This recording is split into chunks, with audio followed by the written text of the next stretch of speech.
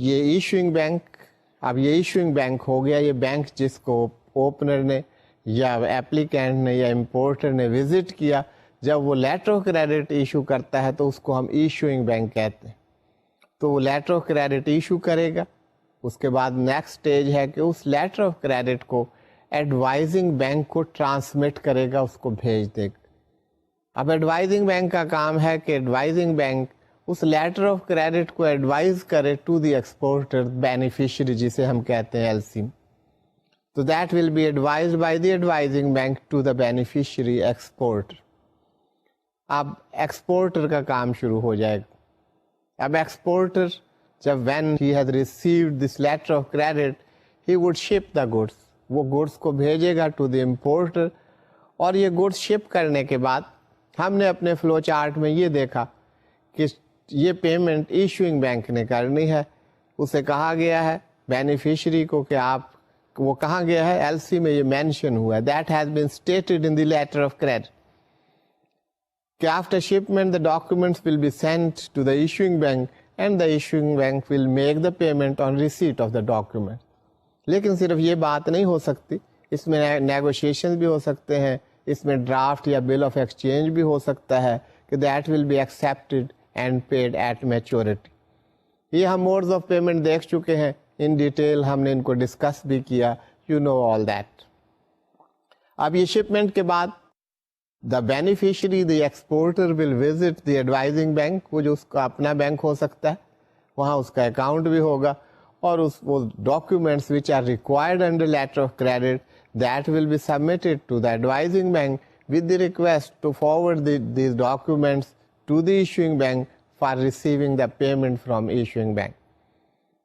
Now next stage comes, these documents will be sent by the advising bank to the issuing bank. Issuing bank shall examine the documents and will debit the account of the importer and send the proceeds to the advising bank with the intimation to the applicant or the importer that your account has been debited. Debit advice shall be sent to the importer. اس میں بہت سارے طریقے ہوتے ہیں. It is not so simplified that amount will be in the importer's account, that will be immediately debited. The importer may request for the loan and that may be provided. تو یہاں پر جو بات سمجھنے کی ہے، یہاں پر یہ بات ہے، میں نے آپ کو پہلے بھی بتایا، there is an irrevocable undertaking from the issuing bank.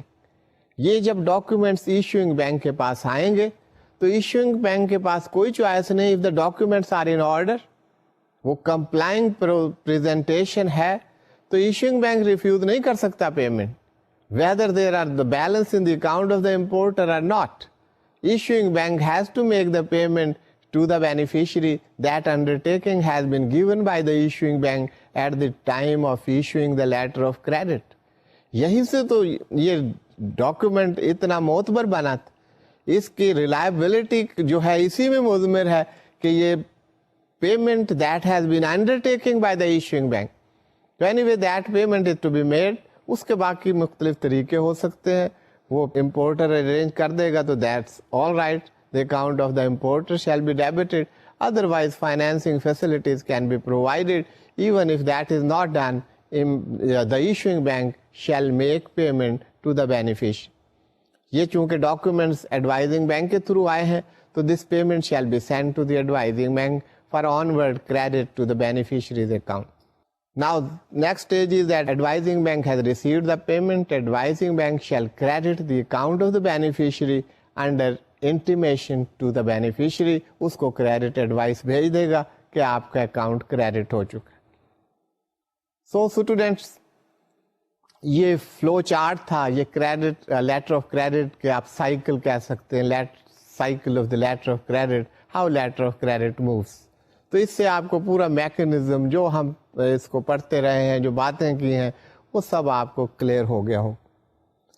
آپ نے ایل سی اپلیکیشن فارم بھی دیکھا، اس میں تمام انفارمیشن پرووائڈ کی گئی ہے. That is also good source of information. اس سے تمام باتیں آپ کو ایک ایپلیکیشن فارم سے پتہ چل جاتا ہے جو ہم نے ڈسکس کی. سو اسٹوڈینٹس، اس کے بعد ہم اگلی اسٹیج پر بڑھ رہے ہیں کہ یہ letter of credit It is a very important instrument. اس کی اتنی ایکسیپٹیبلٹی، ریلائبلٹی، اتنا اس کا یوز، یہ اس کی وجہ کیا ہے؟ اس کی وجہ اس کے advantages, credit facilities available and credit rather the guarantee under taking, جس کو ہم irrevocable undertaking کہتے ہیں. For the importer credit, for the exporter irrevocable undertaking of the issuing bank to make the stipulated amount. جو letter of credit میں amount stipulate کی گئی ہے، mention کی گئی ہے, that is guaranteed, rather that is undertaken by the issuing bank to pay that. تو یہ دو بڑے امپورٹنٹ فیچر ہیں لیٹر آف کریڈٹ کے، جس سے انسٹرومنٹ اتنا امپورٹنٹ ہو گیا. یہ بات میں اس لیے کر رہا ہوں کہ یہ اپنی جگہ ان کی امپورٹنس ہے، لیکن یہ تمام چیزیں اسی طرح آسانی سے موو نہیں کر رہی ہوتی. بزنس ورلڈ ہو یا کوئی اور ٹرانزیکشن ہو، کوئی اور ڈیلنگ ہو، کوئی اور انٹریکشن ہو، جہاں پر ایگریمنٹس ہوتے ہیں وہاں پہ بریچ آف ایگریمنٹس بھی ہوتی ہے، ڈیفالٹس بھی ہوتے ہیں، ڈسپیوٹس بھی ہوتے ہیں. جب یہ ڈسپیوٹس ہوتے ہیں تو اس وقت آپ دیکھیں گے ہمارے رائٹس کیا تھے، آبلیگیشنز کیا تھے. وہ جو اکثر میں بات آپ سے کرتا رہتا ہوں کہ رائٹس اور آبلیگیشنز کی بات ہے، یہ کہاں سے ایمرج ہوتے ہیں، یہ کہاں سے آپ کے پاس آتے ہیں، کہاں سے آپ کے پاس رائٹس آئے اور کہاں آپ کی آبلیگیشنز کہاں سے ایمرج ہو رہی. سو اسٹوڈینٹس، اس تمام انسٹرومنٹ کو، لیٹر آف کریڈٹ کو، جو رولز گورن کر رہے ہوتے ہیں، اس کو ہم UCP 600 کے نام سے جانتے ہیں. UCP 600 جیسے کہ میں نے آپ کو بتایا، these are uniform customs and practice for documentary credit. This is publication number 600 or brochure number 600 you can say of ICC. ICC stand for International Chambers of Commerce. It has its head offices at Paris. اور یہ document انہوں نے develop کیا ہے، design کیا. یہ میں نے آپ کو بتایا کہ آل ممبر کنٹریز وہ میٹنگز کرتے ہیں، ICC کے ہیڈ کوارٹرز میں اکٹھے ہوتے ہیں، میٹنگز ہوتی ہیں، اور وقت کے ساتھ ساتھ ان میں چینجز ہوتی رہتے ہیں with the requirements of the time. جیسے اس سے پہلے UCP 500 تھا، دیٹ بیکیم افیکٹو فرام 1993. 2007 میں UCP 600 آ گئی. اب اس کی applicability, that is from the point that the respective parties do agree that they shall be governed by the provisions of the UCP 600. That is the focal point. دونوں parties یا اس سے زیادہ parties, the respective parties, they agree to it that this letter of credit shall be governed by the provisions of UCP 600. اب ایک ایک article, ایک ایک provision, ایک ایک رول لکھنے کی ضرورت نہیں ہے. The whole document that will govern it, that is UCP 600. تو اس میں جو امپورٹنٹ بات ہے وہ یہ ہے کہ ایک کمپریہنسو ڈاکیومنٹ ہے.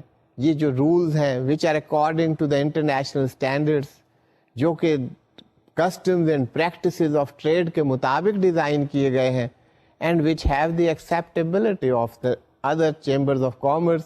تو International Chamber of Commerce with the member chambers، ان سے ڈسکشن کے بعد with the help of the experts یہ رولز جو ہیں ان کو ڈیزائن کرتے. These rules, customs and practices, these are designed. اور یہ صرف کوئی ڈاکیومنٹری کریڈٹ یا لیٹر آف کریڈٹ کے لیے نہیں ہے. یہ اسٹینڈرڈ گارنٹی ہوں، پرفارمنس گارنٹیز ہوں، کانٹریکٹ گارنٹیز ہوں، ریمبرسمنٹس ہوں، ریمیٹنسز ہوں، کلیکشنز ہوں، ان سب کے لیے آپ کو جہاں پر بھی انٹرنیشنل ڈیلنگ ہوں گی آپ کو UCP کے رولز جو ہیں وہ ملیں، and those are governed by those rules. تو یہ یہاں تک یہ بات ہے کہ ہم نے UCP امپورٹنٹ کیوں، why uniform customs and practices those are important. Now we move on to the various provisions of UCP 600. So there are 39 articles. ہم آرٹیکل 1 کی بات کرتے ہیں. اسٹوڈینٹس آرٹیکل 1 میں جو بات اصل میں کی گئی ہے, اس کے rules those will be binding on all parties, جو ہم نے پہلی بات کی تھی. The uniform customs and practice for documentary credits 2007 revision ICC publication number 600 are rules that apply to any documentary credit, means letter of credit, including to the extent to which they may be applicable. Any standby letter of credit, when the text of the credit expressly indicates that it is subject to these rules. That is important. اب ان articles کو پڑھنا اور سمجھنا وہ بڑا ضروری ہے. تو یہاں پر یہ ہے کہ اگر ایکسپریسلی یہ انڈیکیٹ کیا جائے that these are subject to these rules, تو پھر ان کی اپلیکیشن ہوگی, ادروائز ناٹ. تو یہ بائی ایگریمنٹ وہ چوز کرتے ہیں کہ یہ پروویژنز, یہ رولز ہم پر اپلائی کریں گے, سو دے اپلائی. یہ کوئی کسی پارلیمنٹ کا بنایا ہوا قانون نہیں ہے, یہ کوئی اسٹیچوٹس نہیں ہے, یہ کوئی انٹرنیشنل لا نہیں ہے, یہ یونیفارم کسٹمز اینڈ پریکٹسز ہیں. But since the respective parties agree to it, that they will be governed by these provisions, so in case of dispute, they will be governed by the provisions of UCP 600. Any court of law which will take or adjudicate that matter, that will go into the provisions of UCP 600, and these provisions would help the court to reach a decision. اب یہاں پر یہ بات کی گئی ہے کہ یہ rules they are binding on all parties to the credit. یہ ہم پہلے بات کر چکے ہیں. یہ آرٹیکل 1 میں بڑے ڈیٹیل میں اس بات کو بتایا گیا ہے کہ یہ کن پر اس کی application. Those who choose for that, جہاں پر ایکسپریسلی کریڈٹ میں یہ بیان کر دیا گیا ہے, انڈیکیٹ کر دیا گیا ہے, that has been stated and express that this letter of credit shall be governed by UCP 600. اگر یہ بات ہے تو تمام پارٹیز جو لیٹر آف کریڈٹ کی ہیں ان پر یہ رولز جو ہیں اپلائی کریں. آرٹیکل 2 میں ڈفرینٹ ڈیفینیشنز دی گئی, ڈفرینٹ ورڈز استعمال ہوئے, وہ بتا دیا کہ these words when they will be used, ان کے معنی کیا ہوں گے, ان کا اسکوپ کیا ہوگا.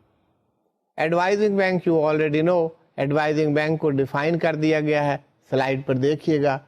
Advising bank means the bank that advises the credit at the request of the issuing bank. اپنے طور پر نہیں, ایشوئنگ بینک ریکویسٹ کرتا ہے, آپ ایڈوائز کر دیں تو وہ ایڈوائز کرتا ہے. That you already know, we had talked about that. Applicant, that has been defined and you also know that. تو آپ دیکھ لیجیے آرٹیکل 2 میں کیا کہا گیا ہے, وہی بات ہے جو ہم کرتے رہے ہیں. Applicant means the party on whose request the credit is issued. اب ہم آسانی کے لیے امپورٹر کی بات کرتے رہے ہیں, کوئی بھی پارٹی جس کی ریکویسٹ پہ یہ لیٹر آف کریڈٹ ایشو کیا گیا ہے اس کو ایپلیکینٹ کہا جائے گا. Banking day, what is meant by the banking day, اور یہ بینکنگ ڈے کہاں پر استعمال ہوگا. Banking day means a day on which a bank is regularly open at the place at which an act subject to these rules is to be perform.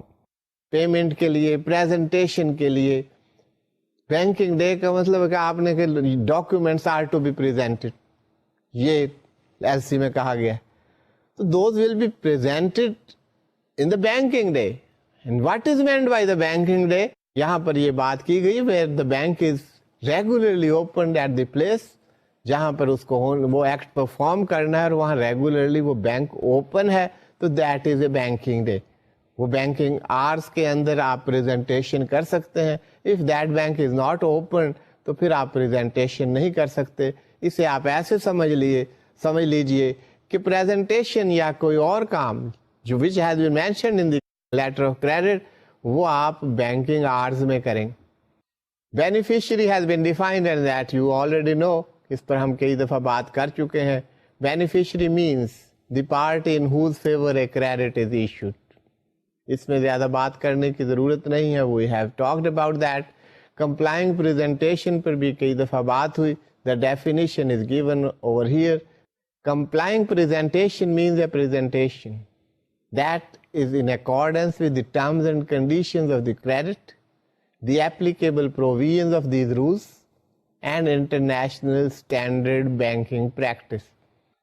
Complying presentation, جب documents آپ نے shipment کر دیے ہیں تو exporter کا, beneficiary کا کام یہ ہے کہ وہ ڈاکیومنٹس کو پریزنٹ کرے فار پیمنٹ.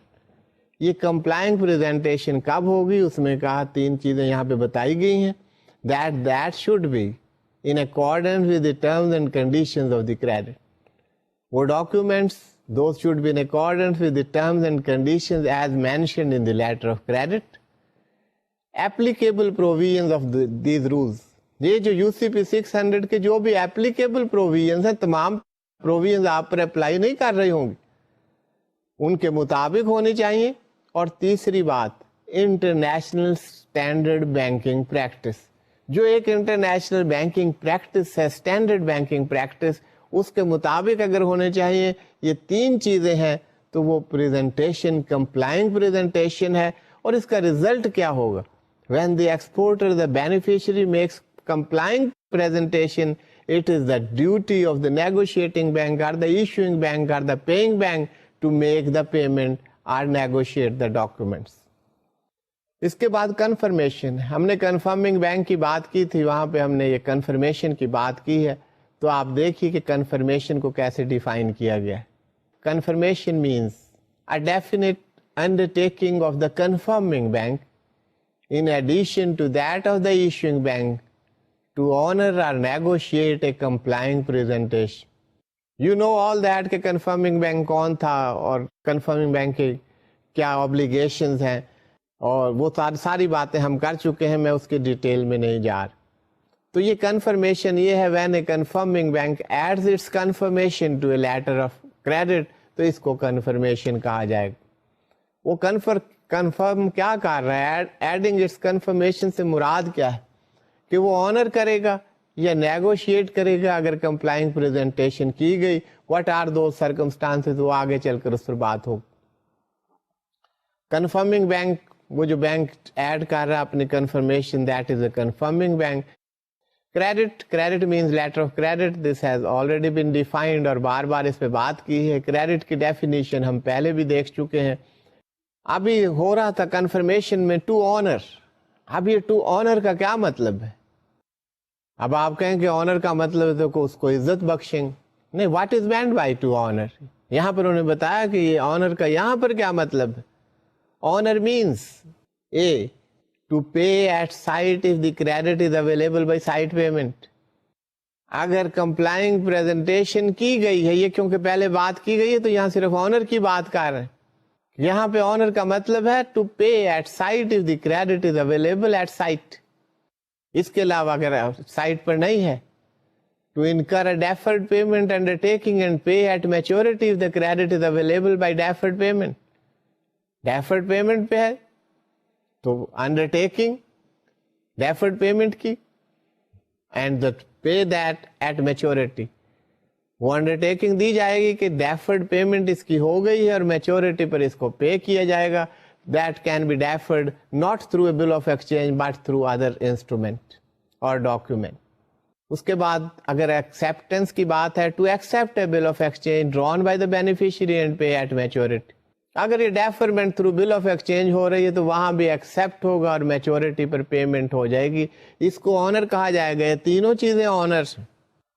اب بات ہو رہی ایشوئنگ بینک کی.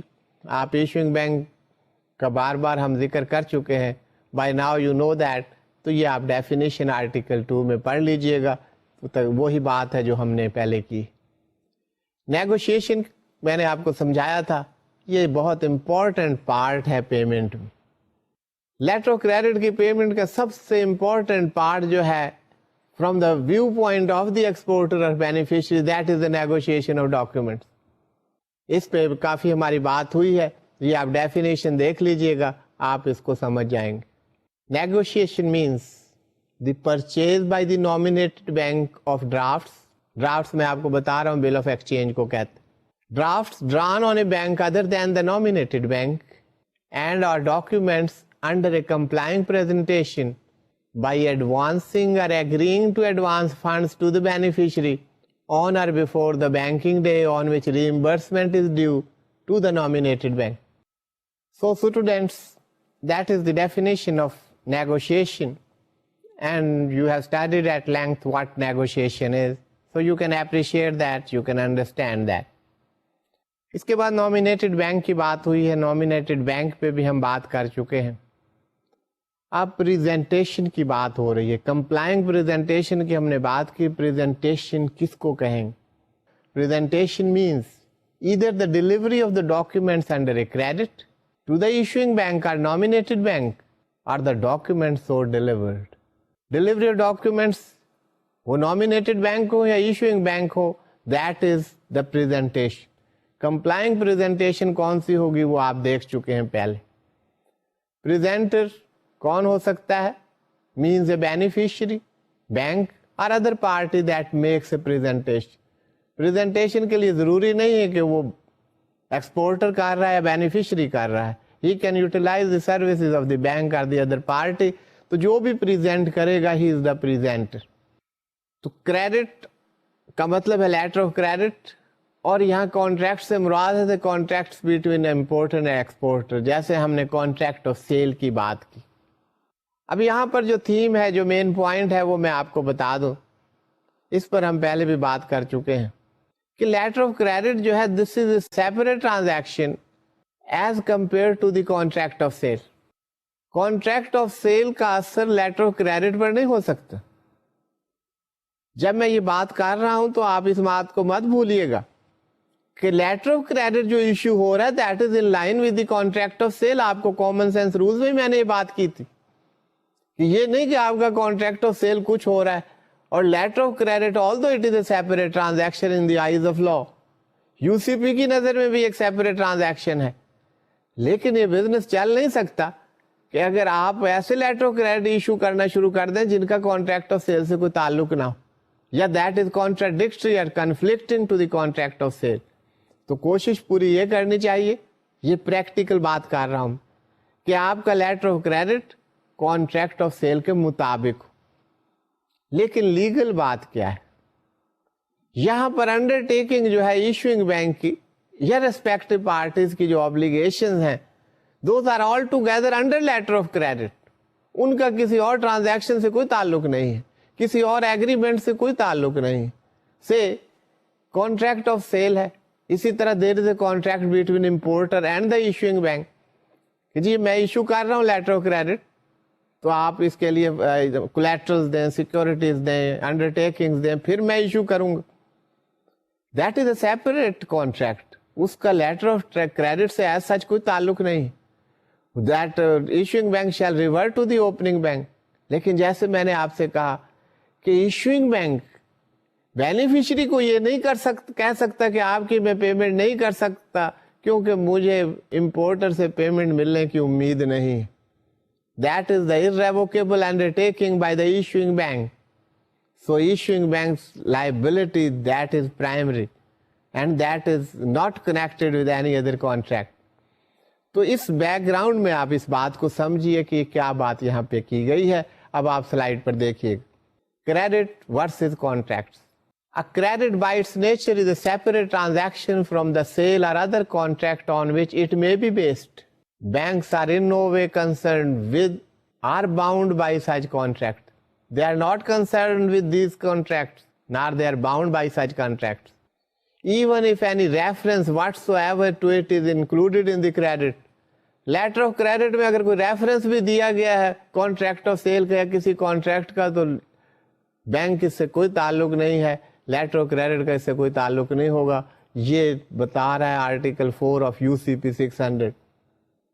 Consequently, the undertaking of a bank to honor, to negotiate, or to fulfill any other obligation under the credit is not subject to the claims or defenses by the applicant resulting from its relationship with the issuing bank or the beneficiary. اب یہ بہت بات سمجھنے کی ہے. There may be the problem between the beneficiary and the importer, but they will be governed by the provisions of the letter of credit, by the statements, by the stipulation, by the documents which are mentioned in the letter of credit, by the provisions of UCP 600. اب کوئی goods بھیجی ہیں, importer کو مل گئی ہیں, importer is not satisfied, وہ کہتے ہیں نہیں جی یہ تو گڈز نہیں, ان کی کوالٹی اچھی نہیں. اب یہاں پر اس سے یہ نہیں ہو سکتا کہ امپورٹر جو ہے اپنے بینک کو کہے, ایشوئنگ بینک کو کہے کہ جی اس کے جب ڈاکومنٹس آئیں تو آپ اس کی پیمنٹ مت کیجیے گا. نو, If the documents are in order and the stipulation mentioned in the letter of credit are fulfilled, issuing bank cannot refuse the payment. Issuing bank shall have to make the payment. تو یہ بات ہو رہی ہے credits اور contracts. These are all together separate transactions. ان کا ایک دوسرے سے کوئی تعلق نہیں. A beneficiary in no case avail itself of the contractual relationship existing between banks or between the applicant and the issuing bank. آگے ایڈوائز کیا گیا ہے آرٹیکل 4 میں. An issuing bank should discourage any attempt by the applicant to include as an integral part of the credit copies of the underlying contract, pro forma invoice and the like. کہ banks کو discourage کرنا چاہیے کہ یہ ایسی stipulation ہم اس میں نہیں انٹر کرتے کہ یہ کانٹریکٹ آف سیل کے یا انڈر لائنگ پروویژنز ہیں وہ گورن کریں گی. اس کو ڈسکریج کرنا چاہیے because that is in conflict with the provisions of UCP 600. If that letter is to be governed by the provisions of UCP 600, then conflicting provisions cannot be added to it. اب بات ہو رہی documents versus goods. ابھی میں نے بات کی آپ سے, یہ اس سے ملتی جلتی بات کہ banks deal in documents, banks don't deal in goods. آپ کو گڈس وہ نہیں ملی جو آپ چاہتے تھے یا جس کی آپ سے نیگوشیشن ہوئی تھی. آپ بینک کو نہیں کہہ سکتے کہ آپ پیمنٹ ریفیوز کر دیں. آپ سے مراد ہے importer, applicant. Banks deal with documents and not with goods, services اور performance to which the documents میں ریلیٹ. ڈاکیومنٹس ریلیٹ تو انہیں گڈ سے کرتے ہیں, لیکن بینکس کا کام ہے ان ڈاکیومنٹس کو دیکھنا, ان ٹرمز اینڈ کنڈیشنز کو دیکھنا, ان اسٹیپولیشنز کو دیکھنا جو کہ لیٹر آف کریڈٹ میں مینشن ہوئی ہیں, نہ کہ ایکچوئل گڈس کو جا کے دیکھنا. وہ لیٹر آف کریڈٹ میں بینک کا کام نہیں. That is out of the scope of the bank as far as letter of credits are concern. اس کے بعد availability, expiry date and place for presentation, اس کے بارے میں بات ہوئی. That has been explained. Article 7 بتاتا ہے ایشوئنگ بینک انڈر ٹیکنگ. اس پر میں نے بڑا زور دے کے آپ سے بات کی. لیٹر آف کریڈٹ میں یہ بڑا ایک میجک, اس کی ایکسیپٹیبلٹی میں جو میجک ہے, that is the irrevocable undertaking of the issuing bank. اس میں اور بھی بہت ساری چیزیں, credit for the importer, negotiation for the exporter, یہ تمام ایسپیکٹس بڑے امپورٹنٹ. لیکن جو فوکل پوائنٹ ہے that is the irrevocable undertaking by the issuing bank. Issuing bank کی انڈرٹیکنگ کے بارے میں بتایا گیا ہے. Provided that the stipulation documents are presented to the nominated bank or to the issuing bank and that they constitute a complying presentation, the issuing bank must honor if the credit is available by. کہ یہ اگر complying presentation کی ہے تو issuing bank کو اس کے ضرور honor کرنا چاہیے. honor آپ دیکھ چکے ہیں what is meant by honor. must honor if the credit is available by side payment, deferred payment or acceptance with the issuing bank. کوئی بھی موڈ ہو اس کو آنر کرنا چاہیے. اگر sight payment who with the nominated bank and that nominated bank does not pay, that is available by side payment with the nominated bank. letter of credit میں یہ کہا کہ اب nominated bank میں ڈاکیومنٹس دیں, the payment shall be made. that nominated bank does not pay. Article 7 کہتا ہے issuing bank کی انڈرٹیکنگ ہے, the issuing bank shall have to pay that amount. It is available by deferred payment with the nominated bank and that nominated bank does not incur its deferred payment undertaking or having incurred its deferred payment undertaking does not pay at maturity.